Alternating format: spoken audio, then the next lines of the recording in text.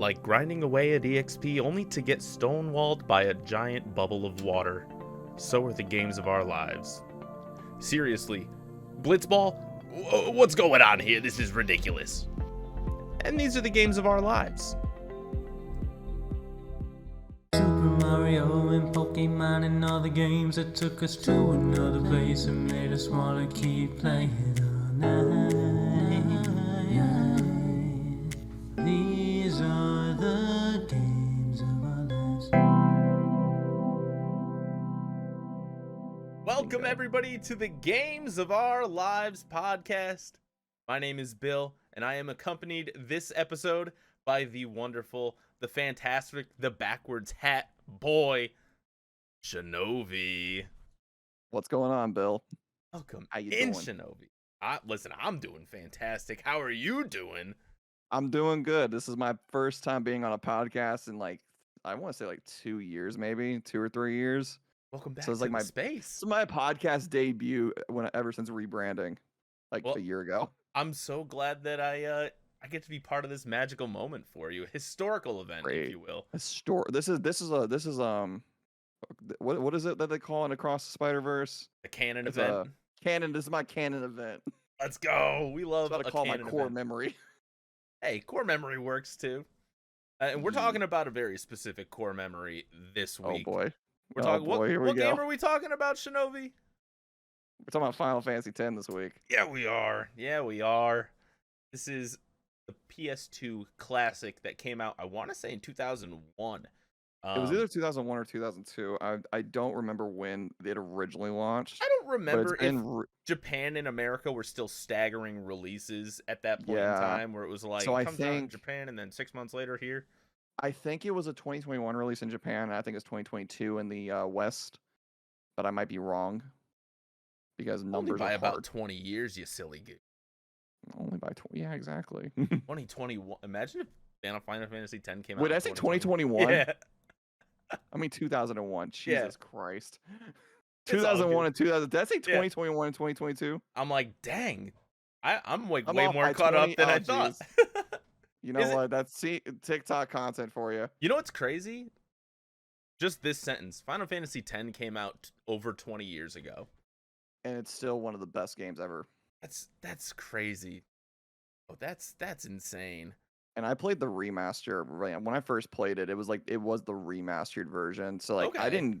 I never got I have the the experience playing it, but I feel Mhm. like the definitive version. And I was just talking to you about this earlier. Yeah. The definitive genre of definitive generation of consoles was 6th gen, like PS2, Dreamcast, GameCube, the original Xbox. 4:3 ratio games were always and will Iconic. always be some of the best. And that's probably It's a just goated era. nostalgia. It's a It goated really era. was. It really, to be fair, a lot of my formative years came during that era. I Yeah. was, between the ages of 10 and 15 during the peak of that generation. So Yeah. a lot of my brain wrinkles formed during Billy Hatcher and the Giant Egg. It's funny because I didn't really get into gaming until 2015, but I dabbled in my Halos and Call of Duties for a few years, but then Sure. 2015 came around and I bought Final Fantasy X. Yeah. And that's where this came from. It's just the day I bought Final Fantasy X. Yeah. Did I say 15? I feel like I said 15 on accident. When I bought Final Fantasy X, this is when I started collecting a lot of games, and now it's just an unhealthy habit. So we can thank Final Fantasy X for that absolutely beautiful Fue Coco back there. Exactly. I feel like if I didn't buy Final dub. Fantasy X, I would have never gotten into gaming as much as I have been. I probably would have still played games, but I didn't Sure. play I just played your FPS games. So I would have been if I didn't buy Final Fantasy X, I would have been one of those dudes been gaming is dead, but only plays Call of Duty or Halo. My man is a FIFA main for life. Oh God, I can't play sports games. You couldn't pay me. The only sports game I would play is maybe the NFL Street games for the PS2. I would try those, arcade, an arcade game like that. I'd try that. Blitz was a blast. Blitz, it's just I would try stupid that. fun. Stupid fun. Last time I played a sports game that I can remember besides racing games was Mhm. NBA 2K7 on the PS3. Okay. Okay. That's the last time I played like a sports game that I actually remember enjoying. And LeBron was still great then too. Wait a minute now. I'm sure LeBron is still. I don't watch sports, but like I'm sure LeBron is still the GOAT. He's still he's incredible. Yeah. But before we dive into any more Final Fantasy talk, we got to run a couple of things through the news filter here. Oh boy, I don't know any of these filters, y'all. He didn't tell me any of these, so this is all gonna be a surprise for me as well. Very, very simple stuff. Just some prominent news items that came out in the last week. First and foremost, obviously, we're talking Final Fantasy. A very big Final Fantasy game just dropped on PS5. Yep. Some people have played it. Some people might have even heard of it. It's called played it. Final Fantasy VII Rebirth. Have you already beaten it, or are you still Not beating it? I'm 100%ing it, so I'm like 22 hours in. I'm only on like chapter like 6. Okay, how many chapters are in the game? From what I've heard, I think it's 14, but I don't know for certain. I think it's 14 or 15, but I don't remember. Every single person that I've seen post about it online, and I do have a lot of the keywords from this game muted on Twitter. Smart, you're smart for that. But like every single person is just like glowing about Final Fantasy VII Rebirth. I myself, am in the middle of Intermission. Smart. I love that for you. So like I'm getting my Yuffie on right now. But Yuffie's great, dude. Yo, she's a wild one. She is an insane person. I think I gotta like I played the original 7. Yeah. Like I'm actually, funny enough, I'm playing through it for the first time again because I never finished it. I've played it up to like the end of disc 2 maybe, and then I got lost or put it down or something. Yeah. So I'm playing it now on the original hardware, which it's just crazy to think like this is better than the PS4 version of this game, and like this is like the undisputed best version. Like this is just amazing. Now the first time I ever played that was on the Switch, believe it or not. Oh really? Okay. But considering how ancient you are, I figured you played on original hardware first. Didn't have a PS1 kid, so I actually didn't have a PS1 until I actually got my PS1 last year for the first time. Oh shoot. Yeah, we found a retro store near my house, and we just like went in, and I think I bought like Final Fantasy VIII, a PS1, Final Fantasy, it's like a collection with like 5 and 6, and I think I bought like a couple PS2 games. I have to pull up the Instagram post to see what it was all together, but it was like $130 for everything. It was like the best deal ever. That's a steal, man. I got 4 games and a PS1 for $130. I was like, okay, that's not really a bad deal, honestly. Now, do you have like a CRT that you hook these games up to? I don't have a CRT anymore, man. I don't. Just go to a pawn. I actually, funny enough, I haven't been to a pawn shop here yet. I need to find one. I'm sure you can find CRTs on the cheap at like pawn shops, unless there's like a weird like secondhand market that people are actively searching out CRTs today. Which the thing is, like, what is a good CRT? Like, what would it be a good quality? Like, is there a good quality CRT? That's the worse quality, the better. That's how you get the magic in. Okay, that's fine. That's true. only problem is I wouldn't be able to capture it with the CRT if I wanted to do it that way. It wouldn't be possible. I don't have the. You can. But that would require me to buy more shit. It's a lot of cable management. It's so much. Yeah, I don't, and cable management is not my stronghold. Like honestly, just PS1 cable. This is a PS2 controller cable right here next to Psyduck. Yeah. What up, Psyduck? The GOAT right here. King stuff. You know what? Since we're talking about Rebirth, we'll put the Rebirth hat on him. Hey yo. Since we're talking about Rebirth, we'll put the hat on him. So, folks, Rebirth dropped this week. Go play it. Have you played it yet or no? I'm. Oh wait, no, you just said you're doing intermission. I'm doing intermission. Yeah. I'm getting there. But I haven't gotten there yet. I will say, from what I've played of Rebirth, I think that I'm actually more like, I love the idea that they've expanded this game to make it an entire trilogy, because I think that pretty much what they've done is, like, I know a lot of people were upset about like how they're doing the remake. I actually think it's a great idea to do this, because FF7 is it's a very nostalgic game for a lot of people, and it's one of the best JRPGs ever made, and the fact that they're taking what was great and Yep. they're expanding it to make it like a Oh, modern day trilogy.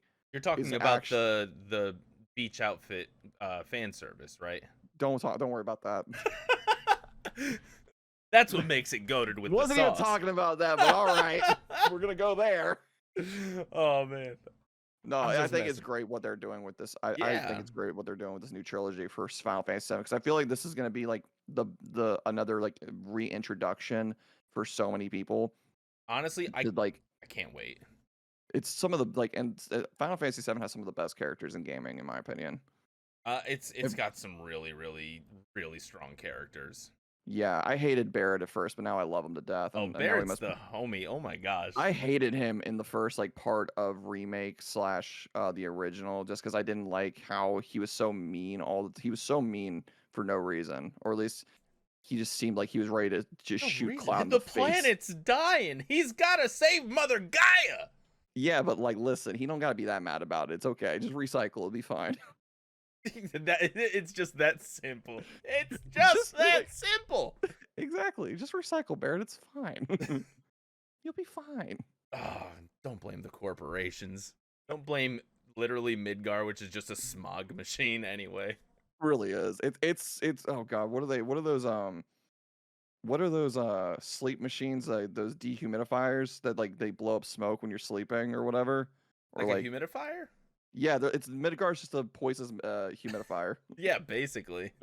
That's all it is. Just runs on earth juice. Yep, absolutely. So next Great up in the game. news this week, we've got ourselves a national holiday. It was 2 days ago. Yeah, national yes. holiday. Was March 10th, Mario Day. W. Shinobi, what did Yeah. you do to celebrate? I played Final Fantasy VII on stream. Hell yeah, you did! I didn't play Mario Day at all. I didn't play Mario at all that day, and I really should have. Shinobi, what's your favorite Mario game? Ooh. In You're asking, celebration. Okay, so counter question: do I have Yeah. to have finished the game first? No. of course Okay. not. If I have to say, if it's a game that I didn't finish, Any game that you've played. oh god, it's like a three for me. It's a 3-way tie All right, easily. let's hear it. Super Mario 64, Super Banger. Mario Sunshine, Banger. Super Mario Odyssey. It's my Banger. 3-way tie. Bangers. I would put Paper Mario and Paper Mario Thousand Year Door in there as like a 5-way tie, but I haven't played them myself yet. Okay. So that's coming soon. Ooh, you gotta. I'm telling you, you gotta do Paper Mario 1 before. If I'm gonna do Paper Mario 1, I'm gonna do it the right way, and I'm gonna go buy a cartridge for it and play it on my N64. There's no other way to play it. just, I mean, that's valid. That's Either that or GameStop Online, aka emulated. I don't know. If I Listen, can't find it for cheap. I legally can't condone it, but off the record, I condone it. Off the record, listen. Off the record, I condone it.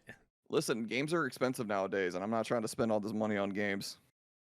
Exactly. Listen, it's rough in these streets. can't- If I have to it's choose rough. between groceries and a new game, I guess I'm gonna start sailing the 7 seas. Yo ho ho, you know? Exactly. No. Fun fact. We don't pay for our groceries. I want We, that life hack. What the heck? And let me explain that real quick. So essentially, what happens is, Nerdy, who is my partner, Yeah. she takes her cousin home like every day of the week, Okay. and they pay her like $150 a week to do it. Oh, So sick. essentially, in a way, I look at it like her aunt pays for our groceries, pretty much. Hey, listen. That's So valid. I've always considered like we don't really pay for groceries anymore. you It's her offer aunt- a service in exchange for goods. That's Yeah, so her aunt pays for our groceries pretty much because she does that service. So it's kind of nice. It's kind of nice That's that we don't have to great. worry about a grocery bill. yeah, that's real nice. Yeah, Solid. yeah, because we used to spend like $200 like every 2 or 3 weeks there. I'm like, oh, Yo, groceries ugh. are getting out of hand. Just wag of Everything's the out of hand finger. nowadays. Pre-wag of the finger. Groceries Oh, are out God. of hand. Groceries are ridiculous. So ridiculous. Yeah, Speaking of cooking, a new demo just dropped, and it features Princess Peach cooking up some gameplay. We're I'm talking sorry, about what? we're talking about Princess Peach Showtime coming out for the I'm Switch. sorry, there was a demo for this? Yeah, a demo dropped this week. Wait, really? I didn't know that at all. Swear to God.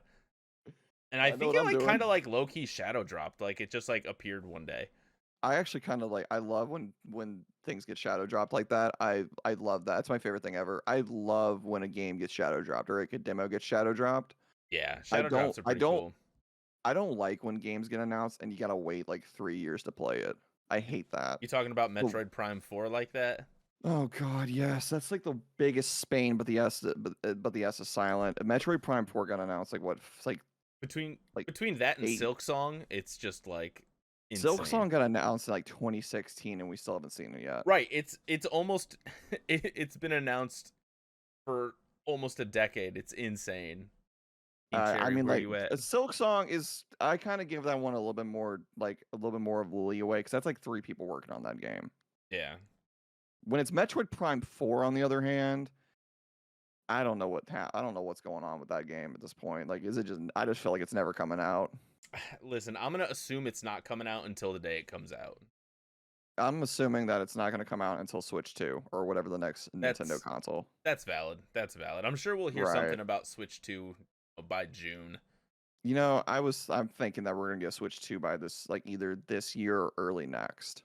I'm thinking so like the Switch launched in March. March 3rd, 2017. But who's counting? Me.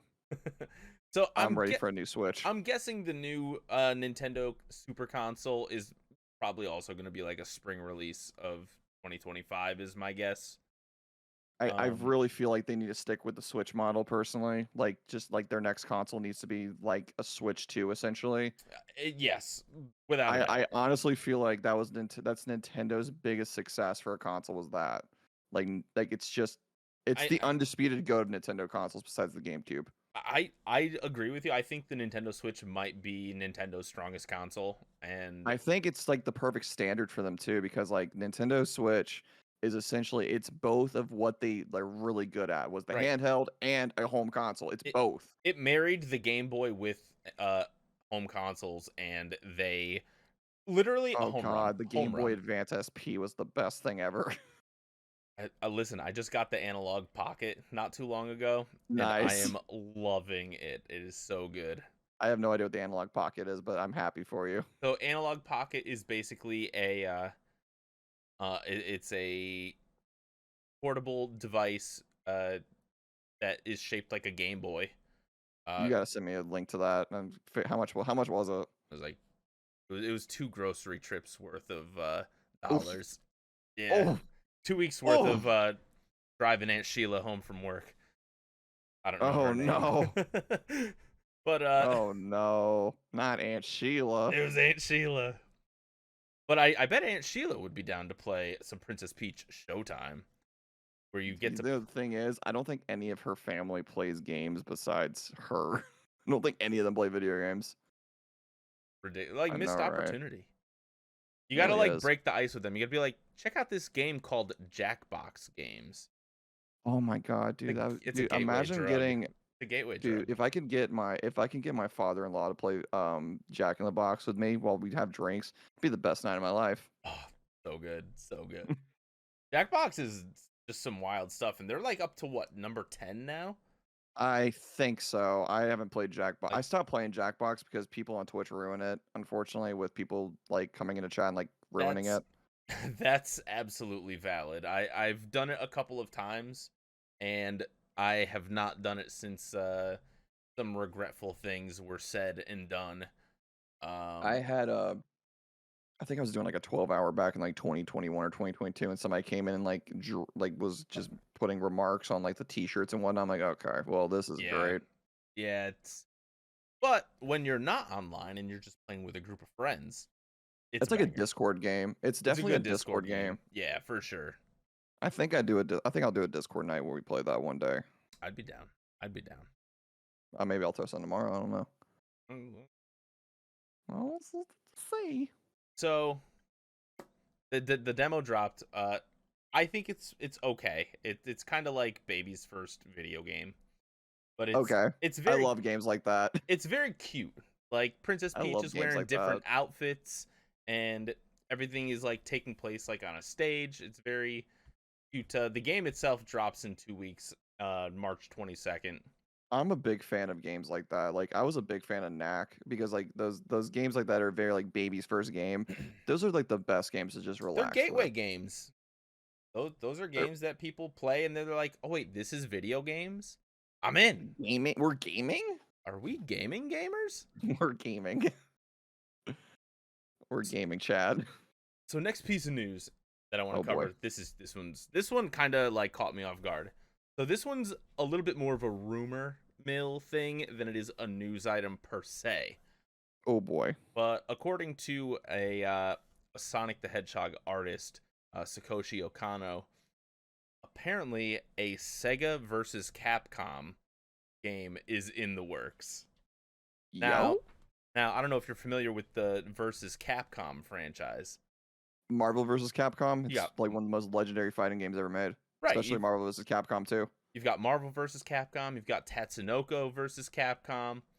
I think there might be one other versus Capcom. I honestly only know Marvel vs. Capcom. That's the only one I knew existed. If we had a Sega versus Capcom, who do you think they'll put in it? Now, like that. Honestly, that was gonna be the question I asked you. It was gonna be like, what would be like your? You know who like automatically would be sick? Who? Kiryu. Kiryu would be incredible. Like, oh, you know what? a deadlock. I didn't even. Dude, I'm telling you, if they put Kiryu, Joker from Persona 5, Is that a Sega and thing? it's Sega owns Atlas, Oh, so they I didn't so realize they could that. they Sega has all those Atlas properties they can use too. Oh, So okay. we could. So So you'd have we like have. Shin Megami Tensei. I don't think they'll do Shin Megami Tensei. I think they would just do Persona because Persona's more mainlined now. Sure. And like while Shin Megami Tensei originated Persona, I think Persona has kind of become its own thing. Yeah. So like if they did a Shin Megami Tensei character like the demon from Nocturne, I don't think anybody's gonna know who it is. I mean, you got to fill a roster. True, You know. I'm sure they would do it, but like honestly, I feel like Kiryu, Shadow the Hedgehog, and Joker are like my top three How- would want to play. How busted and how like brain broken would you feel? It's like because in Marvel vs. Capcom, like the main mechanic of the battle is you have what 3 fighters. It's a tag fight. It's a tag fighting game. Where it's Tag like fight. It's 3. Imagine Kiryu tagging out to Shadow the Hedgehog. Oh, that's a day one buy. Like that's day just one. like That's a day one. That's so insane. Like That's a day one. and then Shadow the Hedgehog tags out, and it's Eye from Super Monkey Ball just coming And then in you get the hot and you get the fresh. driver from Crazy Taxi or something like that. Like just as like a random one. I don't think that actually. Echo the Dolphin drops in. Just absolutely just unhinged. Imagine they release that because like Sega's remaking like 5 of their old IPs, like Jet Set Radio, Crazy Taxi, and Yeah. there's like a few others that they're doing. Yeah. Like that would be like I really feel like they could all use all those as well. Like For a bring Sega versus bring in like one of Capcom. the is it Power Stone? Is that like one of the Dreamcast big games? Power Gem? I wasn't Power I Stone? wasn't around for Dreamcast. At least I don't remember Dreamcast because I never Yeah. had one. So I'm not super familiar with Dreamcast like games and whatnot, unfortunately. Fair enough. I think only they know had a Crazy like a Taxi. platform or not a platform fighter, but like a 2.5D almost like Tekken style fighting game. Ooh, my So- hot take is I don't like Tekken at all. I don't like playing this kind of. I don't like playing Tekken at all. I don't find those games enjoyable. Not a big fighting game guy personally myself. Like even like Street Fighter or Mortal Kombat or The any of those. only Except for fighting Smash. games that I've enjoyed is Smash Bros, Yeah. Dragon Ball Z Fighters, Fighters is And then- wild. and then funny enough, I don't own this game, but it was Yeah. the newest Marvel vs. Capcom. I think it's Infinite. Yeah. I played that at like an arcade or something, and I actually enjoyed it. Like it wouldn't be a game Yeah. that I would buy personally, but like playing a game like that with like a fighting game, like like an arcade controller, that makes it kind of fun. Oh, absolutely. Absolutely. Yeah. All right, Man. 2 more pieces of news. What you got? All right, this is what we got. One, Square Enix just went on the record this week, and Oh, boy. I think this is a Sony gun to the head moment. Like, you're gonna say this, Square Enix. But Square Enix went on the record basically crediting um, Final Fantasy VII's success to it being a PlayStation exclusive title. Ooh, I I I don't mean, know about that now. I'm I sorry. yeah, like doesn't that feel like a weird thing for like Square Enix to come out and say and be like, I feel okay. it's So I feel like for the original 7, like the sure. OG, are they talking about the original? No, they're Like talking about the remake specifically. oh boy, Like I think remake, intermission, and rebirth. the original is a console buyer for a PS1, 100%. Yeah. But I don't think Final Fantasy 7 Remake, as great as it is, I don't think it's a console buyer for like a PS5. Like, so I own a PS5. Yeah. I it is my of the big three. Like I have all of the big three because It would be in like my top 5 to recommend. it's just like it has, I would say, on balance, one of the weakest libraries of The PS5 does. yeah, I think it has a pretty weak library There's overall. there's only like 13 PS5 games, like just exclusively PS5. Right. And I've only played like 2 of them because the other ones just like they're not for So me. the only PS5 exclusive games that I can remember from last, because we got 2, and one of Mhm. them's about to become a PC game now. Oh, But Final Fantasy 16 and Spider-Man 2 okay.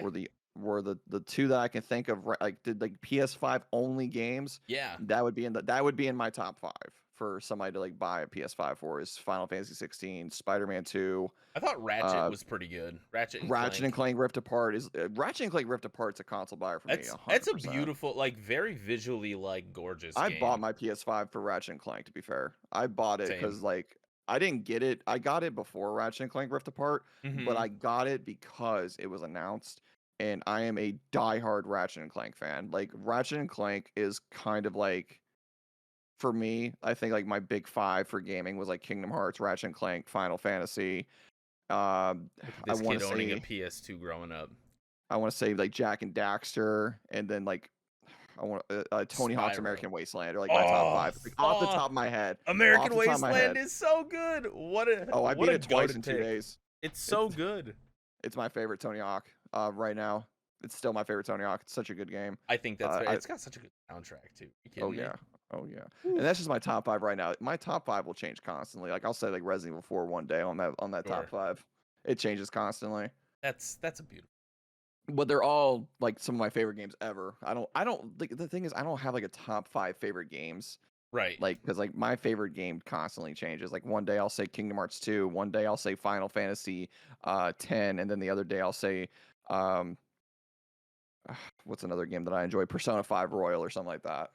I mean, listen, a little bit of fluidity, that's okay. That's A solid. little bit of 2 of them are turn-based games. I don't know how fluid that it's gonna be, to be honest. Well, that's why you play Final Fantasy VII Remake, because the combat becomes fluid. I alrighty. think, I actually think that Final Fantasy VII Remake having the combat that it does makes it a, like, I wouldn't say it's a better game, but I think it's very deep for combat, in my opinion. And a lot of people don't like that it's action based, but I think it's really good action. I think they did a really good job. I think it kind of like combines, and now like I haven't played a ton of like Square Enix titles that were PlayStation It's got an exclusives. ATB gauge for the 7 remakes. Right, so it kind of like has, like, because of the ATB gauges, like it kind of has that like old school style of like turn based. Yeah, You gotta wait for certain things to I work. think. But then I you think it's also have what like took. you have the Kingdom Hearts aspect where you can like Yeah. run around and actually be a part of what's going Yeah, that's what I think. I think that's why 7 Remake took a little bit longer to come out than we were expecting. Because if you go back to the 2016 trailer for 7 Remake, Yeah. it looks a lot more action oriented. Mhm. But then they re-showed it off again with the ATB system. I honestly think they did like a rehaul in the combat, and that's why it took a little bit longer to come out. Wouldn't shock me. I think they did a good job though. They did. They did a great job. I think they did more. I think honestly, with what they're doing with 7, expanding the universe, I Yeah. think it's like I think honestly, you can go any other way with like this remake. It's yeah. But I'm excited to dive into. But back to that Rebirth. topic, I don't think 7 is successful, or at least the remake. I don't think it's successful because it's a PlayStation only game. I think it's If we were talking about the successful original, because it's Final Fantasy VII. that's the only reason it's because like Final Fantasy 7, it was a console buyer for the PS1, but it's definitely not a console like, buyer for now. I don't think Final Fantasy 16 is necessarily a console buyer, like a game that's like you gotta get, because like I don't have Final Fantasy 16. But I think if you like Game of Thrones, you're gonna like Final Fantasy 16. I'm not a big like high fantasy guy, like dungeon, like literally like castles and dragons and like knights on horses. That really doesn't do it for me. So like it was kind of a miss on. No, that's understandable. On my I think end. 16 shines because of its storytelling for me. Yeah. I think honestly, it really did. It does tell a good story. Even if you don't like medieval Game of Thrones dragons and shit, I think it's just it's tells such a good story that I think it's worth. I think it's at least worth trying the demo for it, at least if you haven't played it. Oh god, now I'm trying to think what a console buyer would be for a PS5 because I don't even know. I guess Spider-Man. Spider-Man good. I would say played. Spider-Man. I would say Spider-Man, God of War. Honestly, really, Ratchet and Clank Rift Apart's gonna be the one that would be like my definitive go-to. Okay, if you were to get a PS5, buy this game first. Yeah. So like easy to get into and it's fun. I ended up buying a PS5 because I didn't have a PS4, and I was just like, oh, like I can just play a bunch of like PS4 games on the PS5, and that because almost all of like the main titles there. Honestly, like PS4 games upgrades. PS4 games are still coming out. We're getting a new PS4 game. We're getting the Monster Hunter Stories game from the 3DS. They're porting both of those games, the Switch one too. They're porting them to the PS4, not the PS5. It's getting a PS4 release. I'm like, what? I think that is the biggest miss that the PS5 did was the fact that the PS4 is still an active console. Like they were basically like, well, they're almost treating the PS5 just like the PS4 Pro Plus or something. Like where it's not definitive enough on its own where it's like if you already have a PS4, the like need to jump from 4 to 5 is a lot smaller than like I don't really the think Wii U to the Switch. There's not really a lot of graphical differences either. I mean, we're getting to a point in graphics where it's like, how much farther can you go? Right. I do think that the PS4, like the PS4 still being supported, is holding it back. But I think that when we get whatever the next PlayStation console is, whether it's a PlayStation 6 or if they call it a PlayStation X in honor of Elon Musk, I don't know. PlayStation Twitter. What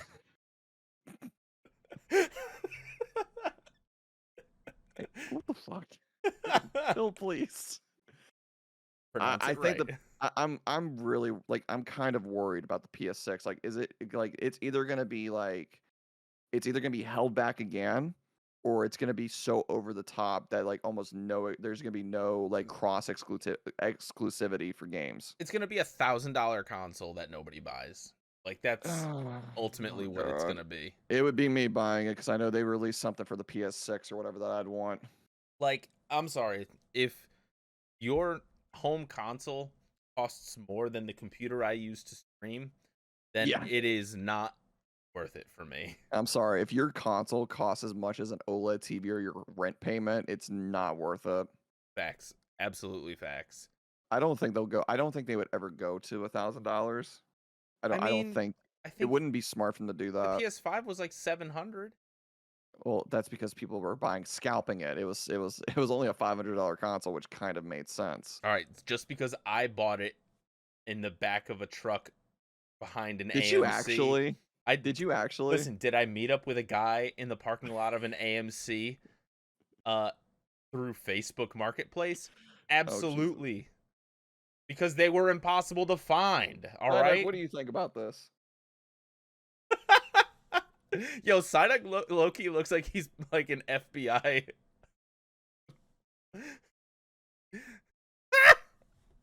He said, "Get this man off the mic."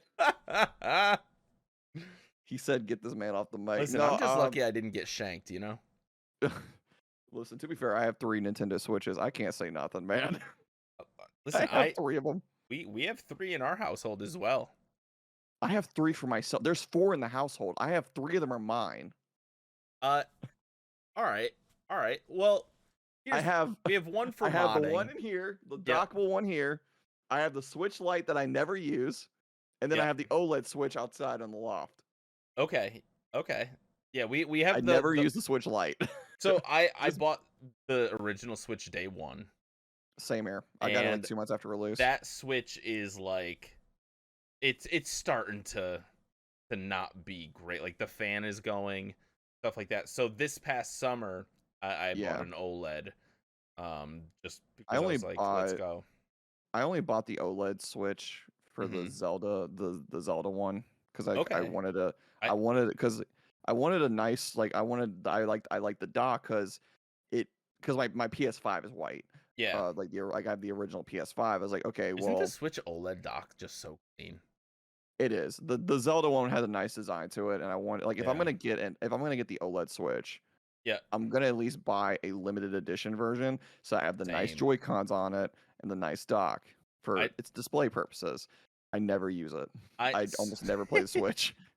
So I play the Switch more than I play any other console, but I ended up getting and it's funny because I don't even play the game, but I got the Splatoon 3 Switch OLED just because I think it looks fire. Like I think it's just like visually. I respect that. I never got into Splatoon myself. Like I have Splatoon 3, but like I didn't get. There's like a DLC that dropped a couple of weeks ago, and I will not get it. But like I won't either. The Switch is pretty, so I'm like, it's a nice looking Switch. It is a nice looking Switch.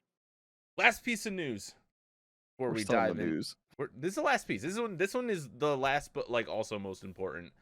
Oh boy. So Nintendo dropped 2 very important release dates in the last couple of days. One of which is Luigi's Mansion 2 HD. Oh, I'm so excited. Coming out on June 27th. But then, most importantly, we got a release date for the GOAT, Paper Mario 1000 Year Door, coming out on May 23rd, 2024. I cannot wait. Oof, I'm so excited. I cannot wait. It's going to be so good. I don't know what it is. I don't know what it is about Luigi's Mansion 2 that has me so excited to play it. I don't know why I'm so excited to play Luigi's Mansion 2, but like when it got announced, like, oh shit, I need to play this game. Bear in mind, I have never played a Luigi's Mansion before, but I really want. I have 3. I bought 3 for Nerdy for Christmas, but we haven't played it yet. But I was like, 2 looks so cool. I don't know why. It's, you know what? It was a very divisive title when it first dropped on the 3DS. Because Luigi's Mansion 1, you're Luigi, you're going like through an entire house, and like it's a very like explorative kind of 3D Metroidvania style adventure. And then Luigi's Mansion 2 or Dark Moon is a much more like mission based, where it's like, here's your goal. We're gonna like drop you into like a part of a mansion or whatever, and you have to like achieve your goal, and then like you dip out of the house. So I think a lot of people were like kind of, and myself included, I was like, I don't know if I vibe with that. Okay. But it's, I mean, like it is a loved title. The people who love the game absolutely adore it, and the HD remake looks so pretty. Like it now, have they confirmed that it's actually a remake? Or no? I mean, it was a 3DS game, so I'm assuming they kind of had to rebuild the game from the ground up. Yeah, that makes more sense. They can't just port that over to the Switch when it's not that easy. Right, so I don't think it is. It's not easy for me, that's for sure. That's for damn sure. Now question. Yeah. I feel like I know your answer on this, but which one are you more excited for? Oh, it's obvious. It's Princess Peach's Showtime. No, no, 1000 Year Door actually is one of the most important games in my life. Yeah. Listen, now that I've gotten like my first tattoo, I've already like got a few of them. That's your first tattoo of Luigi? This is my first tattoo of Luigi. Yeah. Dude, the fact that your first tattoo is what's going to cause us to have an argument at my house one day while we play Mario Party is hilarious. But that's so funny. One of the tattoos I want to get It's like a double meaning tattoo. Uh-huh. And it is there's a character in Paper Mario: The Thousand Year Door. He's one of the antagonists. Okay. His name is Lord Crump. And he is just like an absolute ball. I love it. My nickname for my sister has been Crump for basically since that game came out. Like growing Oh, okay. so I call my sister Crump. Like that's just how we live our lives. I love that. You know how siblings do things like that. Like she's Yeah. in my phone as Crump, which is just but I was like, all right, what if I get like a Lord Crump tattoo? Then it's like it's Thousand Year Door, but it's also like a family thing. Bada bing, bada boom. Bada bing, bada boom. And we're I just love it. getting sources confirmed that Luigi's Mansion is a remaster. Okay, you got Not a sources remake. confirmed. Is I it got- Twitch chat? I got sources confirmed. Uh, it may be Twitch chat. It may be Adam Schefter. We got from the ESPN. sources in chat. We've got sources in chat. We absolutely love to see that. We love when the sources come to the Twitch chat and just tell us confirmed. Now, is Thousand Year Door the remake then? I I feel like Door one of them has has to be that one has to be a remake because that now game's like 20 years old. because so I know you probably are going to ask me. I feel like you were about to ask me which one I'm going to play, and I'll answer that question. But I got a question for The you. answer's got to be If both. Okay, true. But no, but if you were to tell somebody to play Thousand Year Door, would you recommend that they play the GameCube version first, if it's possible? If you plan on playing the Thousand Year Door for the first time and you're already like pretty sure you're gonna get the one on the Switch, I don't think it makes sense for you to go and play the GameCube version. Okay. I just because I don't know that the experience from a gameplay perspective is going to be much different from the It's GameCube probably to now. not. It's So probably not. my imagination is telling me that you're probably just getting updated visuals and like sounds and music for the most part. The one thing I would love to see for Thousand Year Door, Yeah. and this is one thing I'd love to see this in remasters, Mm-hmm. is when I think the Halo remaster did this. Okay. It's when like you can toggle between like the original version and the new version. Visuals, music. I love that shit so much. So the Mario RPG remake lets you toggle the original music and the new music. So you can I like love that have the too. original I love OST that. or the new OST, and I think that was just so well done. Yeah. I love when you can play even when like either if it's an OST or like the Yeah. original version of the game. I love that you can like for the Tomb Raider remaster did this too, where you could toggle between like the original graphics and the new graphics for the remaster. That's really cool. I don't know that that'll happen here because I even don't like think the it will. original game was it was like 4.3 because it was on the GameCube. That's why I was really hoping that they would kind of like in a dream world. I would love Yeah. for them because I was telling you earlier. I think 4:3 ratio games like PS2 GameCube. I think those are the definitive games, like some of the best games ever made. I mean, and like when you played them on a CRT, Yeah. they look a lot different. Like the graphical fidelity of those old school games, and that's part of like you'll lose a little bit of that charm when you play. I think it's a nostalgic thing, to be honest. That is a huge aspect of it. But when you're playing some of these games on like an HD screen, you see like a lot of like more like the ugly pixels, and you don't have that like visual blur that is baked into a CRT. Yeah. So the visuals end up a lot more harsh. Now, I love projects like Dolphin on the computer, where Emulator. The Dolphin emulator, where they take GameCube games and basically turn them into HD versions of the GameCube games. I honestly think so good. I think I'm gonna look into Dolphin Emulator because I've actually heard a few things about that. Yeah. And I think I'm gonna look into Dolphin Emulator because I really want to play Thousand Year Door, Luigi's Mansion, Twilight Princess. There's so many games I want to play. I'm telling you, if you want to have the full Paper Mario experience, I would play Paper Mario 64, however you can do it, And then I think my retro store sells it. I think they have a copy for a decent price. But just I'm play also the Thousand Year Door remake on the Switch. I think that is the 1-2 move that okay. makes the most sense, and it is the most fiscally Do you think responsible. because I know me and you also agree on this that the NSO, just like the NSO thing or whatever, is Yeah. stinky. Would you recommend playing Paper Mario that way, or should I just I do like an N64 emulator and play it that way? I think I think it's fine. Like, I know the UI is stinky. I I think know it's just I just don't like the UI at all. the It bothers N60, me. it's just a little uggo, right? It's a little bit It's very ugly. little's a big It's it's little's a big take on that. it's it's just absolute poopy. It's a But poopy it's a stinky. stinky doo doo.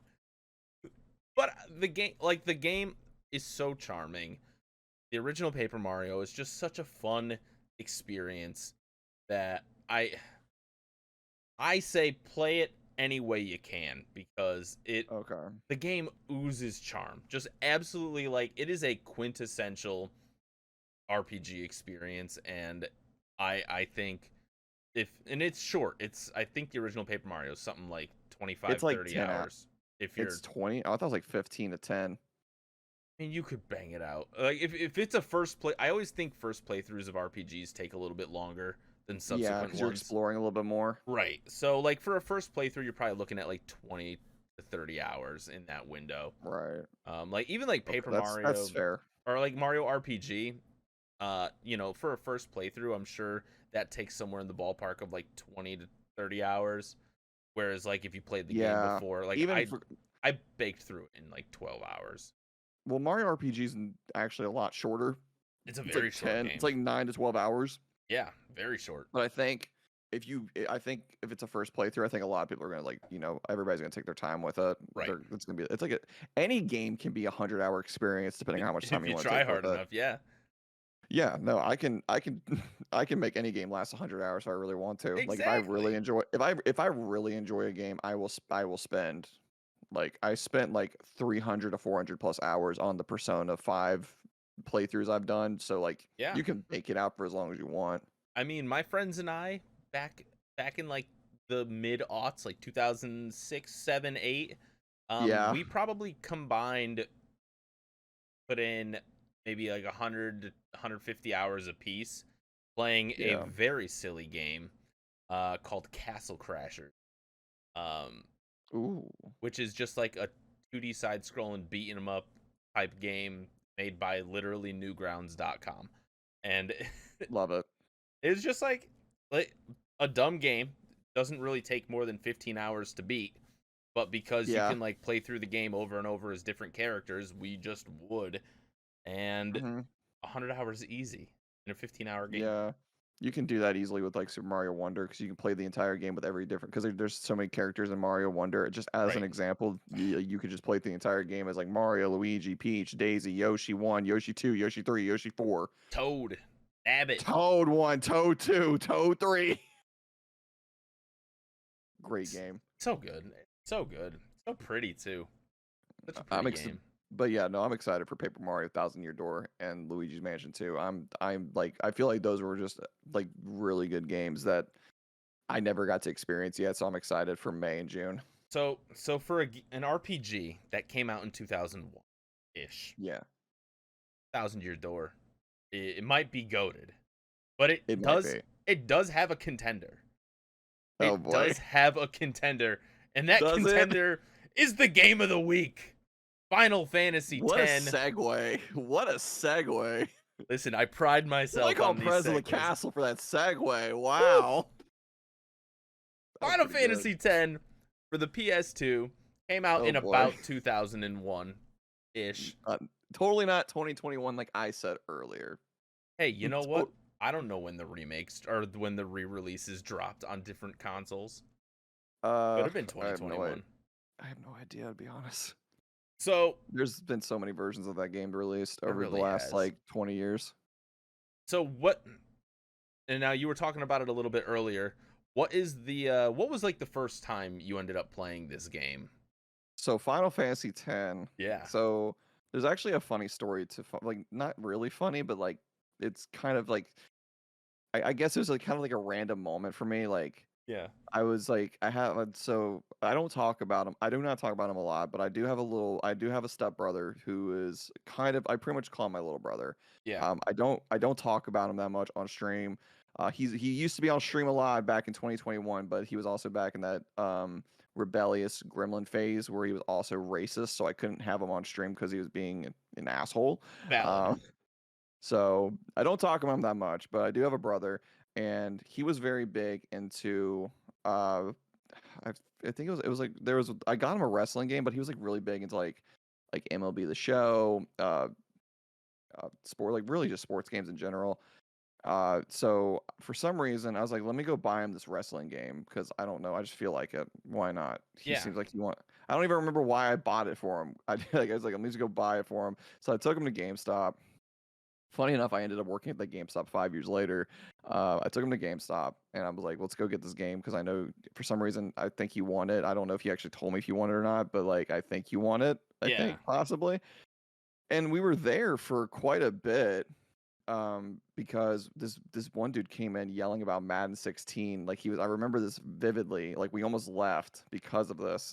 This dude came in screaming at the manager about his copy of Madden 16 because they sold him the wrong copy. It was an Xbox Oh. One. It was like an Xbox One copy. He had a 360, but he didn't want to tell him that. Mm. So it was kind of like it was a really interesting scenario. We almost left, and if I actually left the store, I probably would have never been a massive collector like I am today. Yeah. But like I remember talking to this guy there. I was like looking through like the PS4 games, and like I saw Final Fantasy 10 and 10-2, and Yeah. I called it Final Fantasy X because I didn't know it was a Roman numeral. I'm like, what can you tell me about? Like, what can you tell me about this game? I've heard about it before. What can you tell me about it? He kind of explained it to me, and I was like, you know what? I'll give it a shot. Yeah. And then I ended up buying like Final Fantasy 13 as well. So I bought that. Oh, you mean and X3? leave me alone. No, I bought Final Fantasy 13 as well for some reason. I don't know why. Yeah. I thought the cover art was pretty. Because I'm a big buyer of games when it comes to like the cover art. If Okay. it doesn't, That's like valid. I love having that's why I buy physical media. Sure. So I bought the game. I started playing it, and I think I like pretty much instantly fell in love with Final Fantasy 10. And next thing you know, I'm spending so much money on like collecting games, and here we are. This is like a small fraction of my collection. It's a I beautiful actually, collection. the funny thing is, this is like I have a bunch of games over on this shelf too, and then outside there's too many. I literally sold like a chunk of my collection, Okay. and it didn't make a dent at Do you all.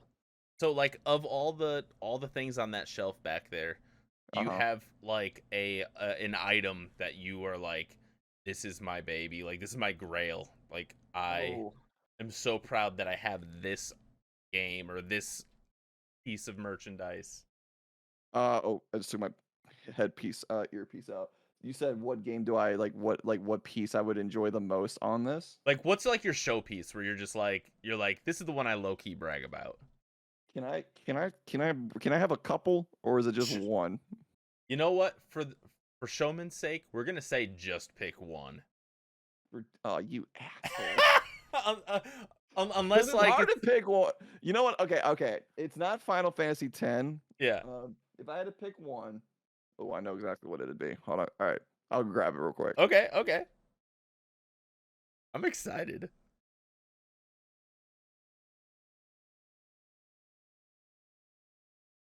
Let me What put my earpiece back in.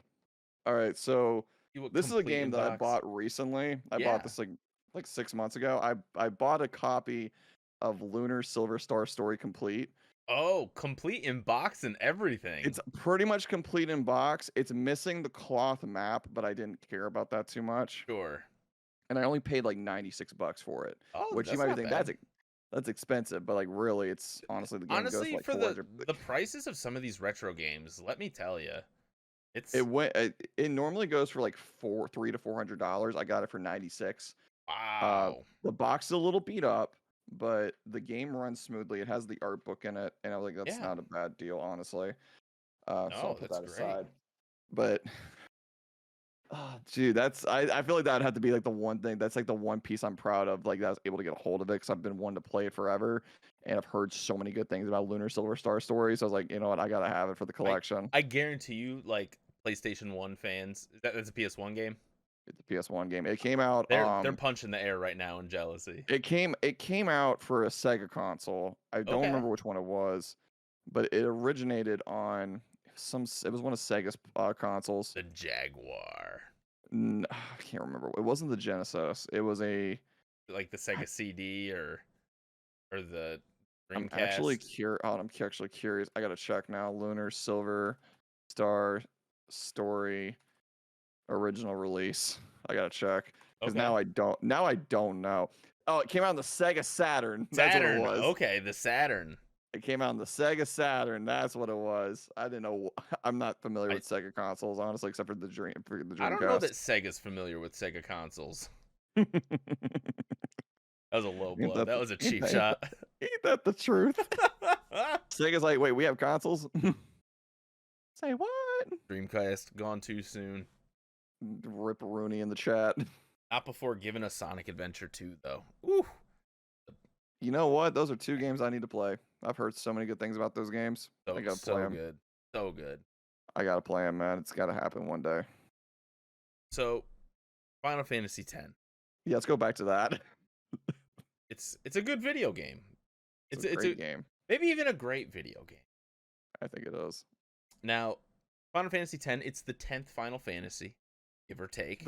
These fantasies will never be final, bro. I'm telling you. Yeah, like the final is such a silly little precursor here. Do you know why it's called Final Fantasy? Why they named it that? Oh, why did they name it that? They named it Final. So Final Fantasy got its name because Square Enix was about to go under, like about to go out of business. So this is So in like 1987. They like something like 1987. The original, like they came out with this game. They called it Final Fantasy because this was their last shot of redemption, or else they were gonna go bankrupt. Wow. So, and it sold so well that it kept the company alive. So the first Final Fantasy game I ever owned was Final Fantasy for the NES. Right. Now, banger. if I remember correctly, some of the Final Fantasies got renamed to different games in the US originally. So like when Final Fantasy 2 originally released, it was actually Final Fantasy 4 in Japan. Right. And then Final Fantasy 3 was actually Final Fantasy 6. Correct. And then that was back in the SNES days. Right. Then they eventually actually ported over all of the old Final Fantasies to PlayStation, PC.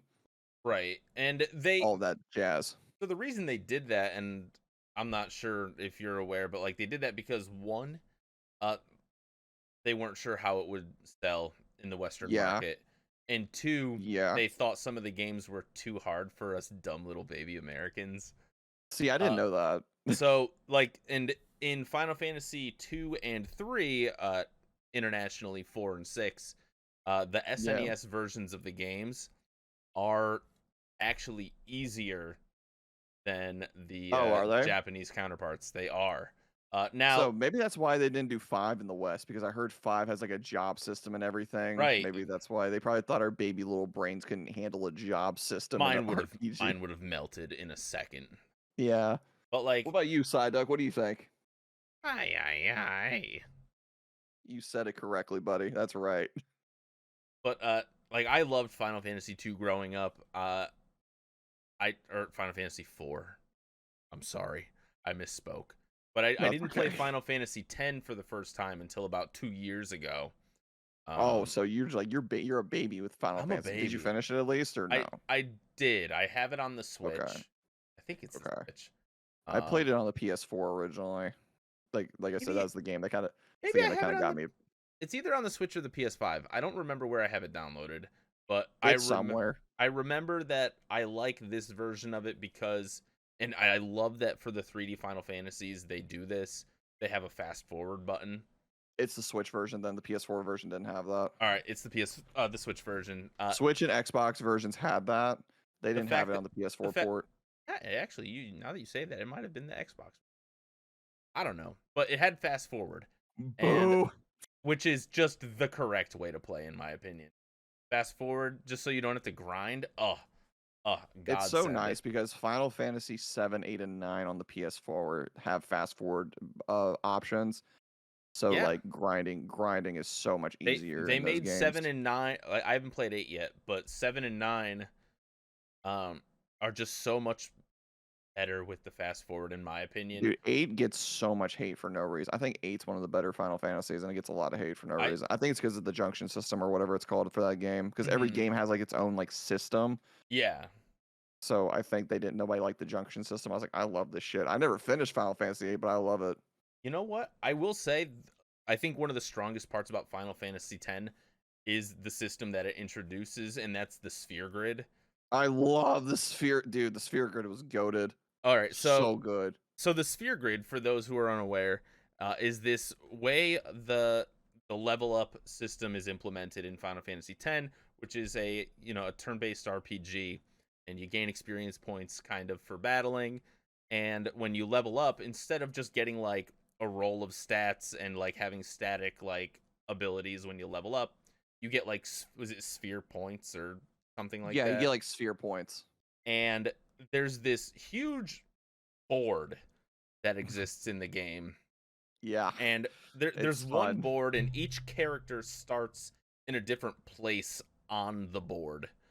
And using your points, you can like move spaces, and each space gives you some sort of stat boost, whether it's HP or special attack or like a new ability. And I loved it. It was such a cool idea. Like I found myself almost liking that more than the game itself. I was like, I could spend hours just on this sphere grid being. It was fun because like there was an area in Final Fantasy X that it was funny enough after for those that don't know, there's a meme of Tidus laughing. You want to crack it off on a countdown? Oh God, yes. Can we actually? Yeah, let's crack it off. All right, you want to count it down? 3, 2, 1. Ha ha ha ha! It's so it's like so great. So that was my first like experience with Final Fantasy X, was the meme. So I was like, oh, this game is so hyper cringe. Like it is. It's very cringe. It's so stupid. Not knowing the context of that moment where Tidus is actually, or Tidus, whatever you want to call him.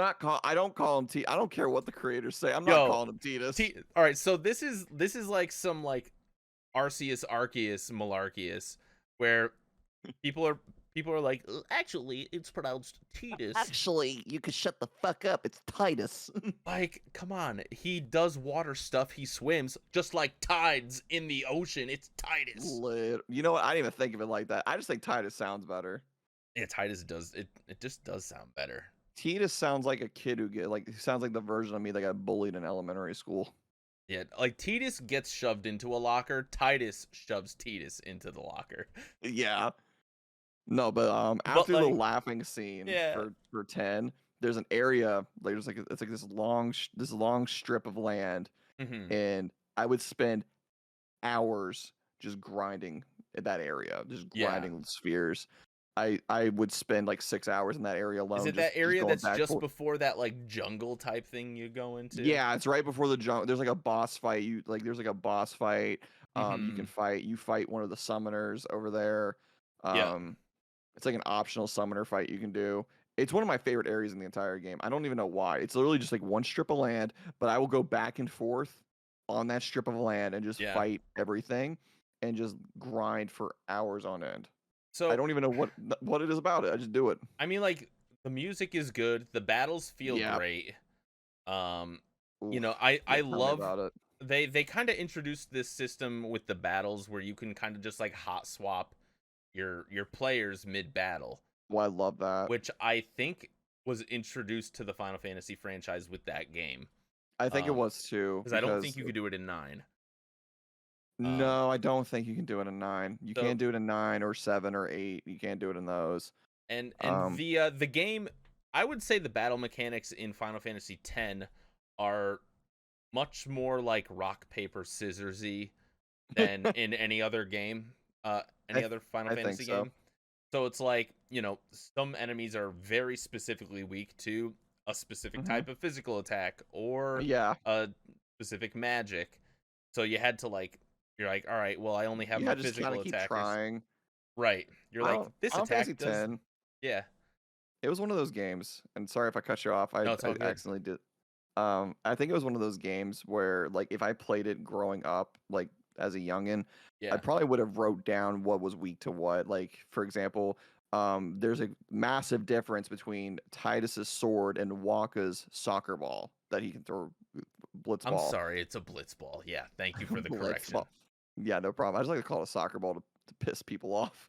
Um, but there's a big difference between the like Orin's great sword, Yeah. Tidus's sword, and Waka's blitzball. Yeah. Because for some characters, like the big like the rock things, like Mm-hmm. you can only kill them really with Orin unless you just hate yourself and keep just hitting it with Tidus. Right. And then like the birds, you can only really take With down with Waka. Waka because Orin and Tidus can't reach those enemies. Right. So I really, if you really think about it, we haven't had a combat system like that for a Final Fantasy game like since Final Fantasy X. Like I feel like Yeah. everything after that was very different. I still love it, but honestly, I feel like Final Fantasy X perfected the turn-based combat Yeah. I for a think Final Fantasy game. I think they did a really good job, and I love that like you can still kind of see influences of that rock paper scissor Yeah, uh in future titles. you Um can. and like for example, like you kind of see it in Sea of Stars, which isn't even like a Square Enix Oh, title, I really want but to play that. there's a lot of like kind of rock paper scissors like baked into the combat in that game, and Yeah, you can like kind of like see where like they picked up different pieces. By the way, I recommend that game I 100%. honestly, It's when I so see good. Sea of Stars, the first thing I see is Chrono Trigger, and Yes. like, and that's like, oh man, rest in peace to Akira Toriyama, man. That still breaks my heart. That I mean that's a huge That loss, was, and Toriyama did dude. so like I mean And I wasn't even the just a biggest goat, Dragon Ball fan. but he's Like a I goat. wasn't. He was the GOAT regardless, because I knew about him even without watching Dragon Ball, like Chrono Trigger, Dragon Quest, Yeah, like he it's was the undisputed icon GOAT of everything. He was an icon. icon. To me, I honestly think like I kind of put him on the same pedestal as I do with Hideo Kojima. I Like I think put it's them both. valid. I put them both on the pedestal of some of the greatest influences in gaming or anime Like and manga. Miyamoto even Miyamoto. Yeah, I'd put yeah like that's like the big three, honestly, if you really think about it. probably Who did the Zelda games? What was his name? Was that Miyamoto. Miyamoto or was that Yeah, somebody else? that was Miyamoto again. It is Miyamoto. Yeah, Okay. There's another guy. I'm thinking of who does the Mario games or who created Mario? Miyamoto. Hold on a minute. I'm thinking of somebody else then. It's not Miyamoto, or He maybe it is he did Miyamoto. Mario and Zelda. Um, Uh, like, I have his name here. yeah, I can't pronounce it to save my life though. Hold on. I'm gonna copy and paste and it and then you put it in have like Discord real Daddy quick. Sakurai with like Kirby and That too. Smash Bros. Sakurai's also a legend. I'm thinking of this guy right here. I just put a message in. I can't pronounce his name to save my life, but I'm pretty sure he worked on Breath of the Wild, Tears of the Kingdom. Oh, okay. Oh, Onuma, yeah. Anuma, yeah, no, I He's would one of put him on the that pedestal as Nintendo's new well. heads. Yeah, I would put him on a pedestal too. Like that Yeah, dude's also just a just a goat, just yeah. undisputed goats of like the anime, manga, gaming world. Mm-hmm. Damn, And we lost a good one. there's probably like 100 other names we're probably forgetting, Oh yeah, of course. but But Akira like there, Toriyama, man, just I yeah, I think he was a legend. He was gone too soon. He only yeah, died at like 65 or something like that. yeah. He had a He had, brain tumor, he had a brain tumor, and I guess it was removed back at the end of February. So a lot of people are thinking like possibly complications from that. most likely. So icon gone too soon. Rip Rest in Rooney. peace. Literally an amazing person. I have actually Time I to go mentioned this watch on Dragon Ball. honestly, I don't know if as much as I don't know if I could watch Dragon Ball. I feel like I should for just in honor of him. But I mentioned this on stream Yeah. that in honor of Akira Toriyama, because we're doing this ABC challenge right now on my stream where we complete a game for every letter of the alphabet. Yeah. I decided that I'm going to honor Akira Toriyama with doing Chrono Trigger and Dragon Quest VIII because Oh, I feel like nice. because like I feel like those are the two games that I have that he did artwork on, but Yep. also I feel like when it comes to like some of his best artwork, I really do think that Dragon Quest VIII and Chrono Trigger were like besides Dragon Ball Z, I think Mhm. those were two of his greatest like designs and Oh, art without for a doubt. gaming. Without a doubt. There was another game that he did called Blue Dragon that I thought was also amazing. I never played it, but if I didn't finish my B slot already, I would probably do Blue Dragon for my B slot if I didn't do Bayonetta 2 any percent. Sure. Yeah, we off track so much on this podcast already. I love it. Listen, it's all good. It's all good. Love it. But I love getting the us off back track. on track, there's a couple of divisive things about Final Fantasy X that I think fans are split on. Fans / haters, whatever you want to call them. Because growing up, I know one of them. all right, so let's get the low hanging fruit out of the way. Blitzball is trash. You know, we true. That's so true. I don't play. I only play Blitzball when it's People forced. I glaze don't play it Blitzball otherwise. like it's like an EA sports game. It is. Some people play it for like they actually really enjoy it. Me, no. I'm sorry, I didn't but never liked the it's controls. it's just it's not intuitive. It's not. Sorry, Yeah, and I just then can't do it. Even with a guide. Like I was playing through Final Fantasy X with a guide, and I'm like, Yeah. this is like unfun. Like I'm not trying to play I only sports played it when ball it's forced. RPG.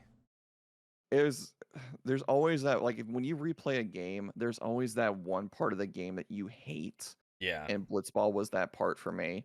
yeah. It doesn't take too long to finish it from what I remember, but I was like, I Mhm. can't stand Blitzball to save my like no. Like the fact that I gotta go around and like recruit players. You're telling me I have to go kick a ball underwater? I'm good, Chief. Bruh. Miss me Oh, with brother. that. Miss me with that bullshit. The Oh god. we don't have to dwell on Blitzball because Nah, I feel like another thing that gets hated on for Final Fantasy X that should not, this is one thing I don't think deserves the hate is the sequel. I feel like so many Final Fantasy X fans are so divided on the sequel. Oh, 10-2. Yeah. I feel like a lot of people are divided on that one. So 10-2 is the 3 female protagonists in a game together, right?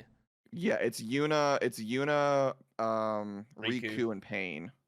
Oh, And Pain is a new Pain's character for okay. Pain is brand new. Riku and Yuna make a return. And a lot of people didn't like it. Is it because they have swimsuit fan service beach outfits?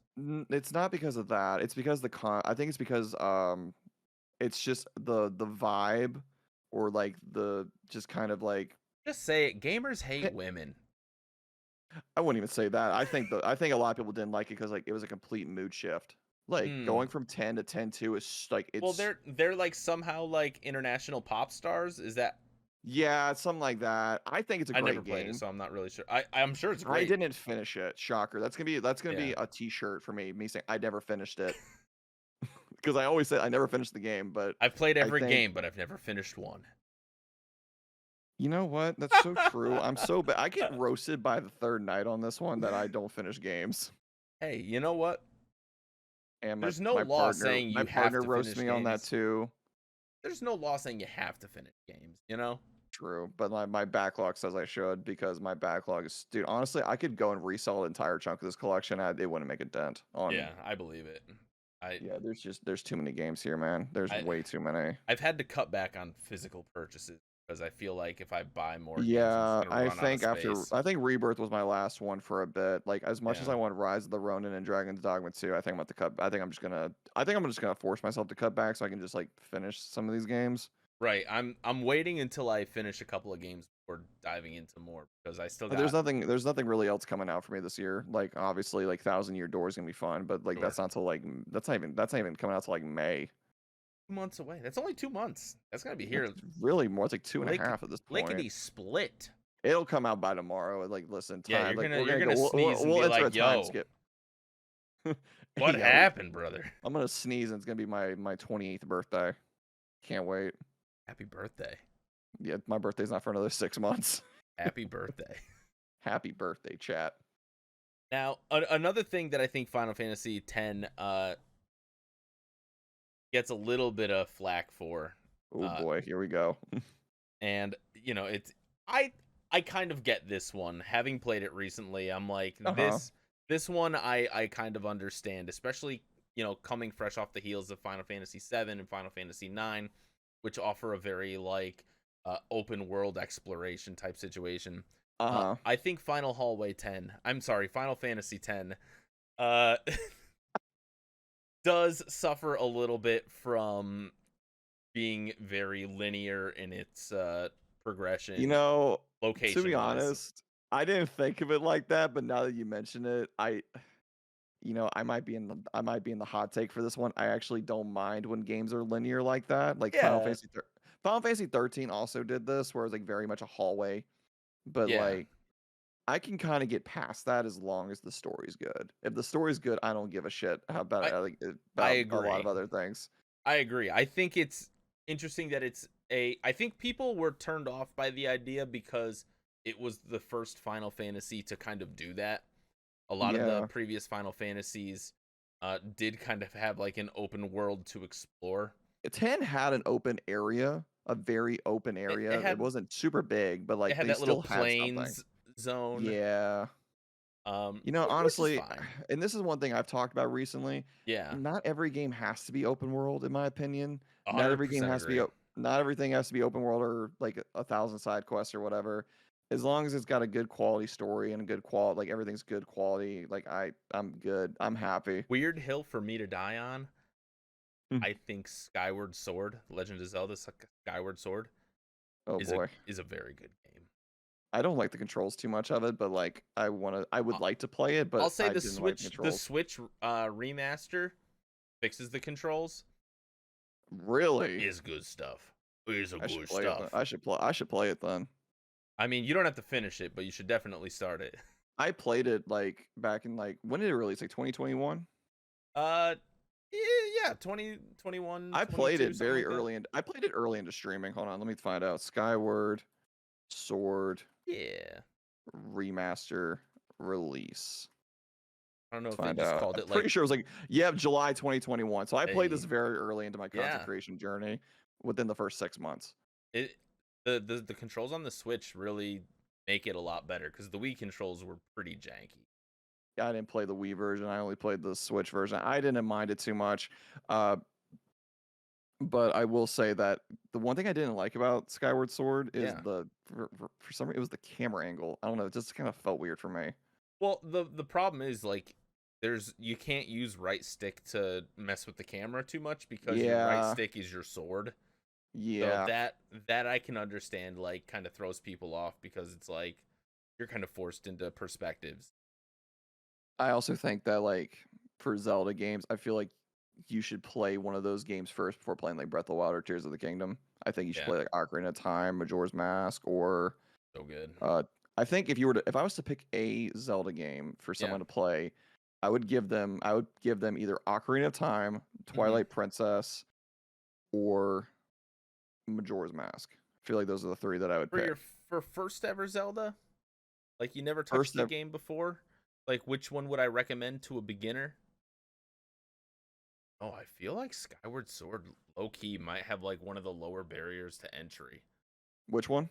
I think Skyward Sword might be like it does have a lower barrier of entry for me as well. And it kind of like gives you like what Zelda's about. I think Ocarina of Time is going to be my pick. If I had to pick one, I think it's going to be Ocarina. And Ocarina is like one of the GOATs.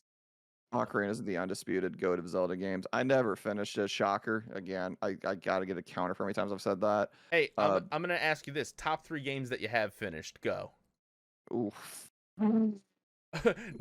or alternate title. Name 3 games you've finished, parentheses, impossible challenge.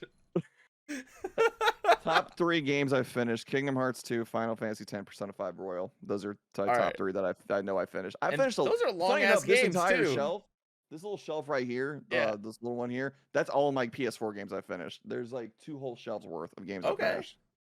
So like I finish games. It's just mostly off stream that I finish games. Yeah, I don't that's finish a lot on stream. It's too incredibly difficult. valid.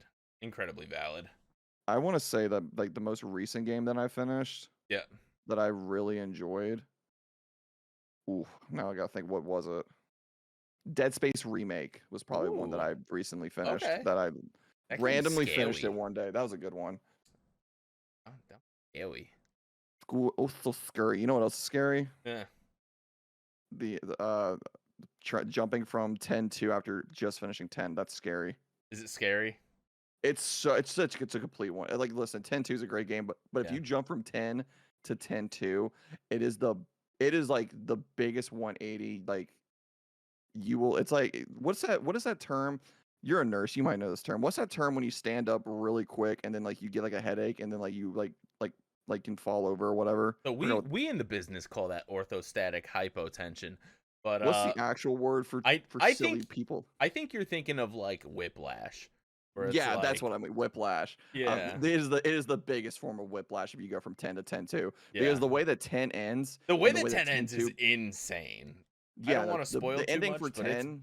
bazonkers. It is I think the ending of 10 is probably the best ending for a Final Fantasy game that we've had in the last like 20 years. What a twist! Like the reveal at the end is insane. Yeah, so like if you like for me, Yeah. I actually finished 10 and started 10-2 in one stream, and it was honestly, it was such a big whiplash. You would have thought that Nerdy smacked me on top of the head. It's so different. It's just so different. It's a great game. I Yeah. will not emphasize on it. I can't emphasize that enough that 10-2 is a masterpiece on its own. It's so But playing it right after 10, like 10 minutes after finishing 10, it's like car whiplash. I It's like believe your that. mom slammed on the brakes type whiplash. Crazy. Man, I do have to say, I got to give Final Fantasy X a lot of credit because it's one of the few Final Fantasy games, and there are a lot of Final Fantasy games that are guilty of this. It's one of the few Final Fantasy games where the final boss of the game isn't just, this is Badlarkadirk, the soul of evil. Oh, I love when games do this. Like, Like- are you saying like when you don't know who the final boss is going to be or who When your the- main antagonist Like is? when you defeat the main antagonist, and then all of a sudden it's like, oh, now you're fighting Blurple, who's actually been possessing him the whole time, and it's actually just a little evil guy.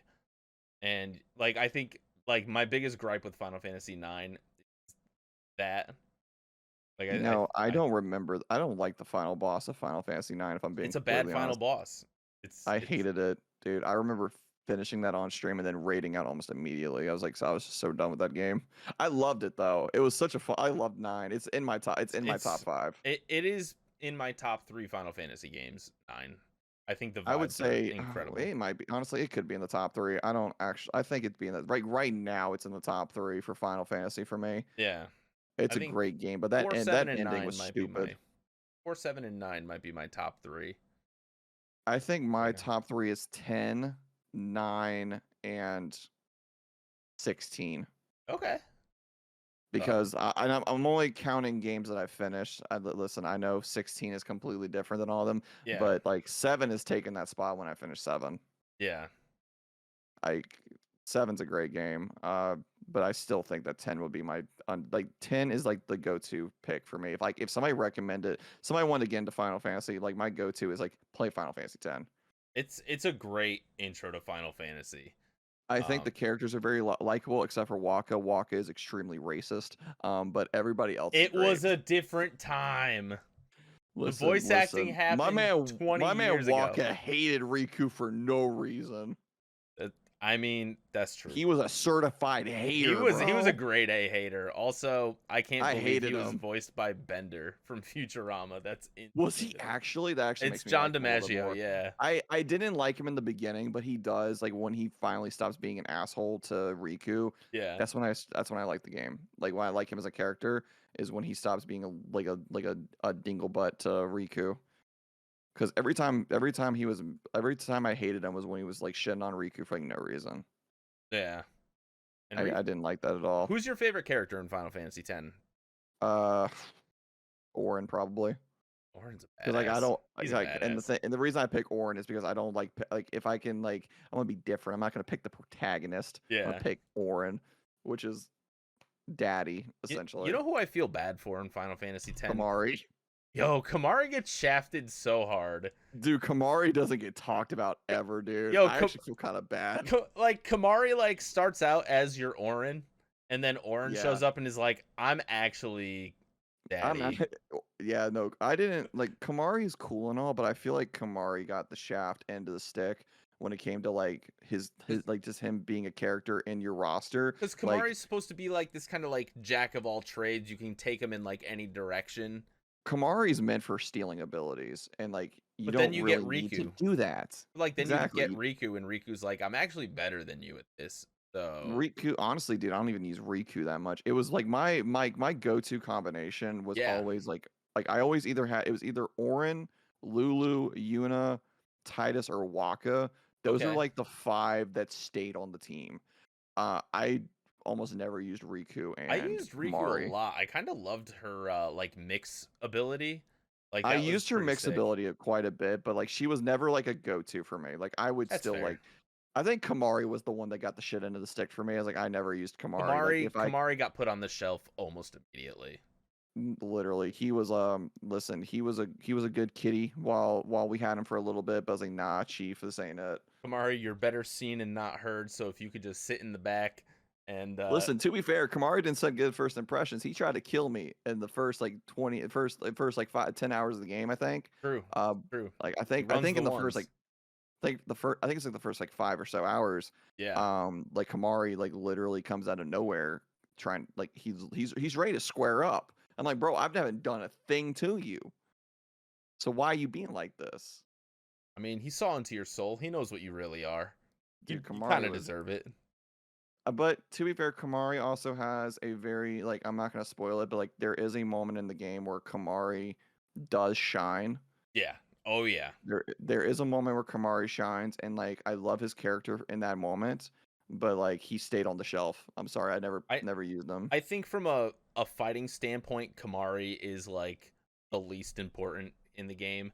I But think Riku was great for the mix ability, and I yeah, think that like everything, like I feel like Riku is like the honorable mention of my top five. yeah. But other than that, I'm good, Chief. From I'm not pick from a I'm not story picking any of these perspective characters. though, so like I feel like Kamari is definitely more important when it comes to the story than it comes to the gameplay. I think I Kamari had like one of the better moments like story wise. I I think he had a I better think the like least important person in the story is Lulu. Like she's just there to cast black magic and then she's literally just there to fan have service. it's literally just titties and black magic, and I'm That's here for it, bro. she She's a great listen, character. she is that she's She's like more than just her body, she's the but big hear titty me goth out. girlfriend Big that titty goth everybody mommy. was awakened to back in 2001, and I feel like without her, Lulu Hot was a Topic wouldn't bisexual exist. awakening. Lulu was a bisexual awakening for a lot of people growing up. Had to be. I mean, she's a gateway drug. That's all I'm gonna say. Yeah.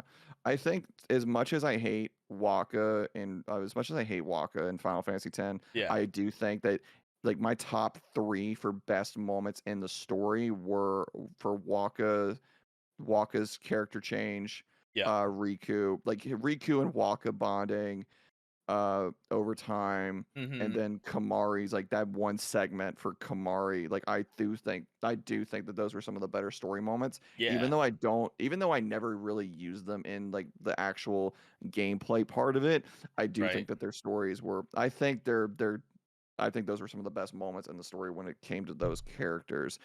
And then there was Yuna that almost married a blue-haired weirdo. That happened. I thought that was interesting too. What It's a a good game. game. It's a good game. What Nope. would you rank it out of 10? Out of 10, Yeah, what would you rank it out of 10? I'd have to rate it 10 because it is 10. No, honestly, I'd probably give the game like a. You know what? I may have ranked it actually. I may have. I have Give it a. like a solid 9 or 10.